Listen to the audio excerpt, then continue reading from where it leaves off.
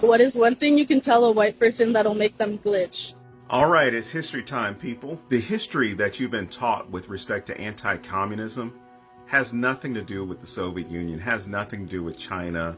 You know, the Red Scare and those things themselves are directly tied to the progress of the civil rights movement. And we're talking about the progress that's being made in the 1920s, the progress that's being made in the 1930s, the connections that the Communist Party of the United States of America had with the anti-lynching campaigns, as well as supporting legal defense for groups like the Scottsboro Boys in Scottsboro, Alabama, who were falsely accused of SA, as well as ensuring a push for labor rights. This is a really good example of how bad our education system is in this country and how much American students are propagandized, because very few people realize how hard the socialists and the communists were advocating for civil rights in the early and mid 20th century. And even fewer people realize what the FBI and the intelligence community at large did to undermine those efforts to build collective power in this country. So this idea of, communism is when I have no phone or when no iPhone or anything like that.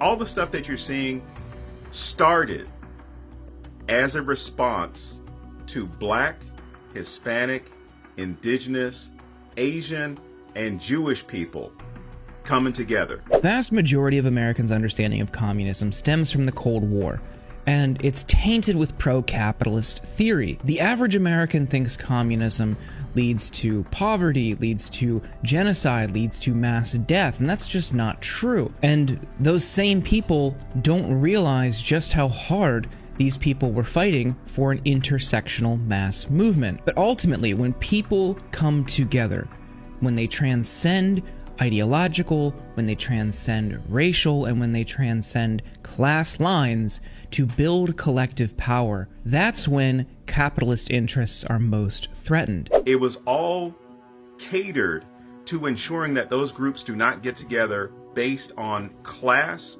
or race.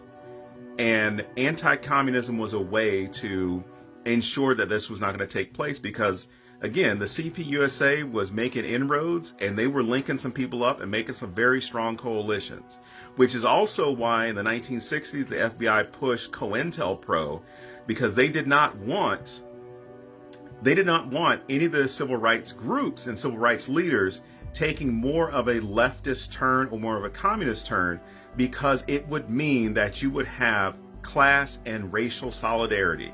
And once you have that, game over. He mentions COINTELPRO, and that was where the FBI not only surveilled groups like the Socialists, the Communists, and civil rights leaders, they actively infiltrated those groups and sought to disrupt and bring their progress to a screeching halt. They would go in and try to split hairs over different terminology and cause infighting in these groups to make those people focused more on trivial internal affairs than outward power. And then on top of that, they tried to cover up their tracks, and when they were forced to release some documents in the 70s, they were heavily redacted. So we don't even know the full extent of what they were doing, and there have been reports in recent years that they're doing the same thing again. So why don't people get this? Why don't people realize this?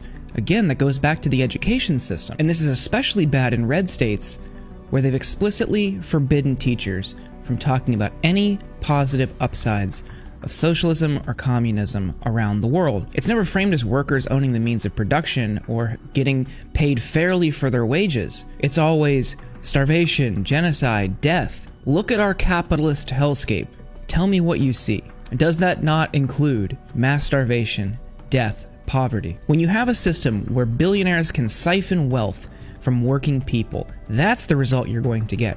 Not one where workers control the means of production. And they're going one step further, and this is where we really need to be alarmed. They've conflated the civil rights movement and black history in this country with critical race theory, which is a legal theory people learn in law schools and graduate schools. And they've used that and the scaremongering around it to prevent and suppress any teaching of the civil rights movement in schools around the country. And once we forget that, we're only doomed to repeat the same mistakes.